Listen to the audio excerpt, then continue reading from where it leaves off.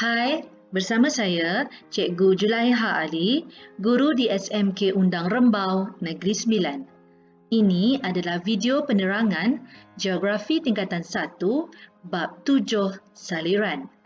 Dalam video siri 1 ini, cikgu hanya akan menerangkan tentang pandang darat fizikal peringkat aliran sungai.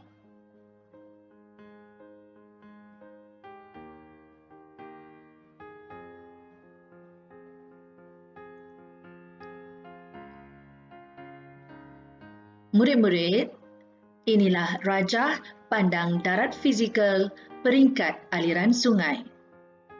Terdapat 3 peringkat aliran sungai iaitu peringkat hulu sungai, peringkat tengah sungai dan peringkat hilir sungai.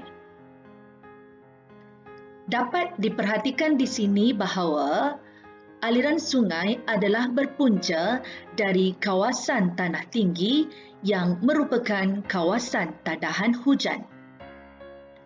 Apakah yang dimaksudkan dengan kawasan tadahan hujan?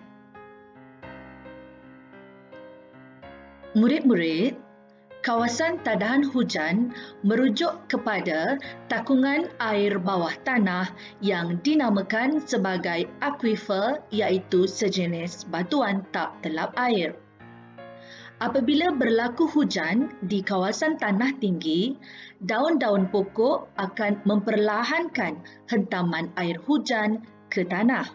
Secara tidak langsung, hakisan tanah dapat dikurangkan.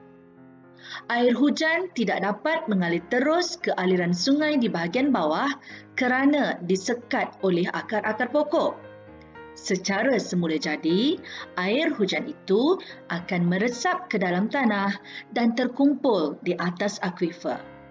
Ia akan keluar di satu hujung akuifer yang dinamakan sebagai mata air. Murid-murid, aktiviti pemeliharaan alam sekitar di kawasan tadahan hujan adalah sangat penting untuk menjamin kita memperoleh sumber air yang berterusan untuk meneruskan kehidupan. Tanpa pokok-pokok di kawasan tadahan hujan, maka semua air hujan yang turun ke permukaan bumi akan terus mengalir ke aliran sungai di bahagian bawah kerana tiada daun-daun pokok atau akar-akar pokok yang akan memperlahan aliran air tersebut. Air ini dikenali sebagai air larian dan ianya tidak dapat terkumpul di atas akuifer.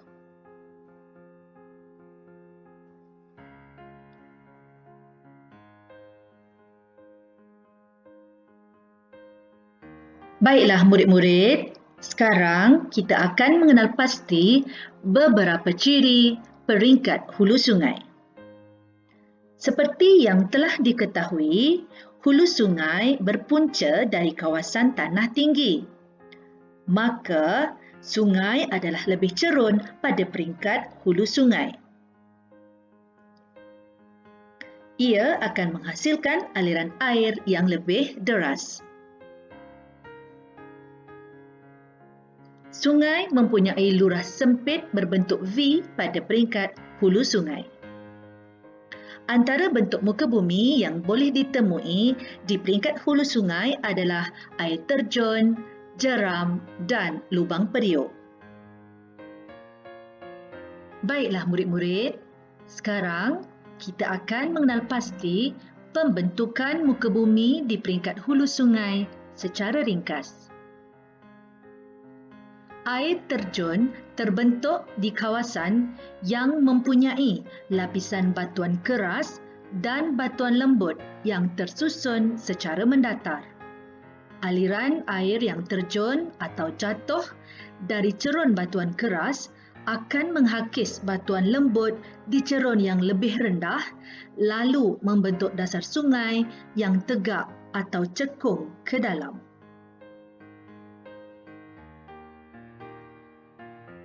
Jeram pula merupakan aliran air di kawasan cerun berbatuan keras yang berselang-seli dengan batuan lembut di hulu sungai secara menegak. Aliran air menyebabkan batuan lembut yang lebih mudah terhakis membentuk kawasan yang lebih dalam, manakala batuan keras yang tidak terhakis membentuk kawasan yang cetek. Disebabkan itu, aliran air di kawasan jeram seolah-olah beralun.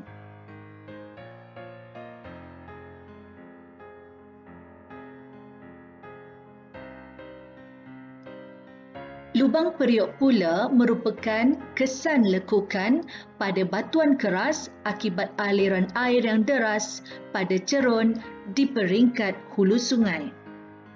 Aliran sungai seolah-olah melompat kerana melalui batuan keras pada sungai yang cerun. Murid-murid, aktiviti mandi-manda di kawasan air terjun dan jeram adalah suatu pengalaman yang menyeronokkan. Walau bagaimanapun, kita perlulah mengamalkan sikap berwaspada kerana aliran air pada peringkat hulu sungai adalah deras dengan kawasan yang dikelilingi dengan batu-batu. Kejadian lemas banyak berlaku di peringkat hulu sungai.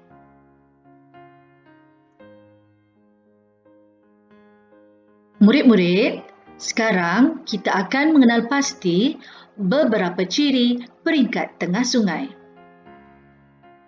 Peringkat tengah sungai merupakan kawasan kaki bukit. Jadi, air sungai akan mengalir untuk mengelak susuh bukit di kawasan itu.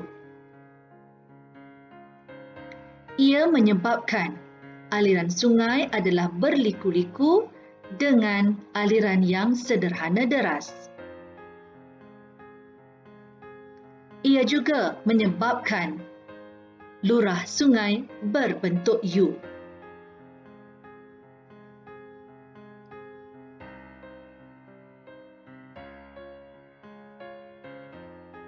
Murid-murid, sekarang kita akan mengenal pasti beberapa ciri peringkat hilir sungai.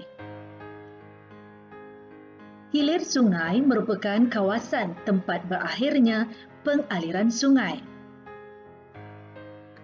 Cerun pada hilir sungai adalah lebih landai dan ini menyebabkan aliran sungai adalah lebih perlahan. Lurah sungai adalah semakin melebar dan cetek akibat aktiviti pemendapan. Beberapa bentuk muka bumi boleh ditemui di hilir sungai seperti tasik ladam dan delta.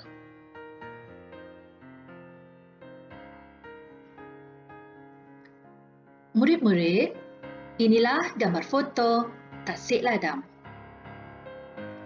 Tasik ladam merupakan satu jasad air yang telah terpisah dari sebatang sungai.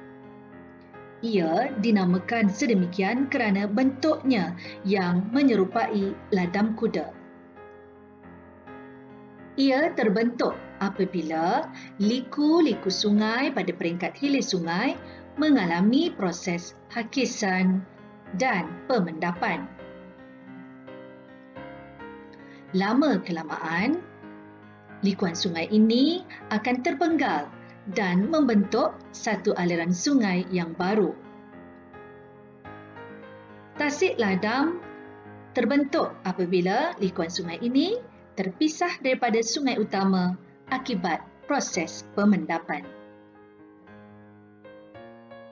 Murid-murid, inilah gambar satelit peringkat hilir sungai bagi Sungai Rajang di Sarawak.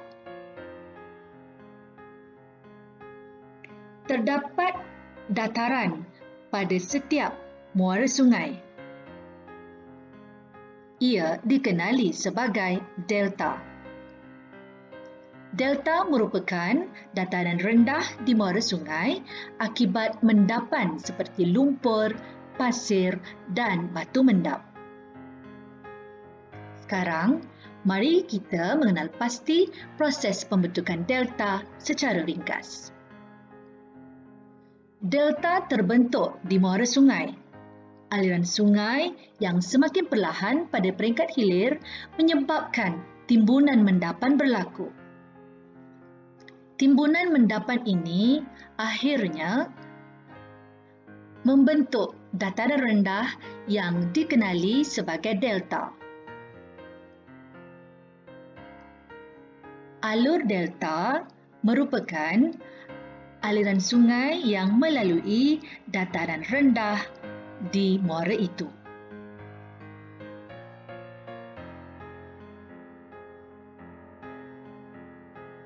Murid-murid, inilah dia 3 peringkat aliran sungai yang telah cikgu terangkan sepanjang video ini.